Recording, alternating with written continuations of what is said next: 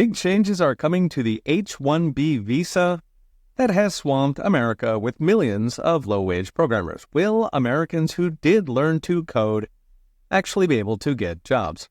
Last week, J.D. Vance blasted companies who lay off Americans, then replace them at half the price with H1Bs. The administration now plans to return the program to its original purpose of bringing in top talent, rather than running coding sweatshops that replace Americans. The background is H1B was introduced in 1990 to bring top talent in engineering, technology, and medicine. The original salary cutoff was $60,000, which in 1990 was about twice the salary of an entry-level programmer. In other words, top talent. The problem is it was never adjusted for inflation, and 60 is now below an entry-level programmer. If it were adjusted for inflation, the minimum H1B today would be $139,000. So what was originally supposed to be best and brightest in the world is now a giant sweatshop.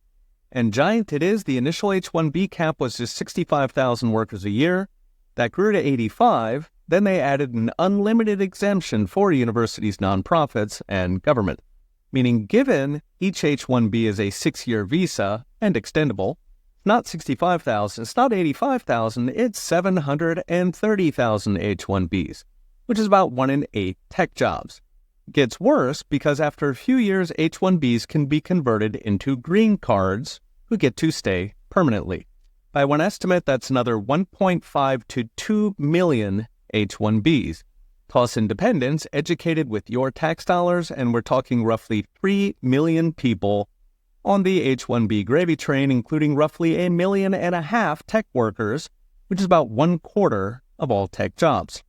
Now, it's one thing if the workers were all making 139 or 190, that's top talent who build companies and create jobs, but at 60,000, it's a different story. At that level, they are replacing entry-level American tech workers who never got the chance to upskill, build companies, and create jobs.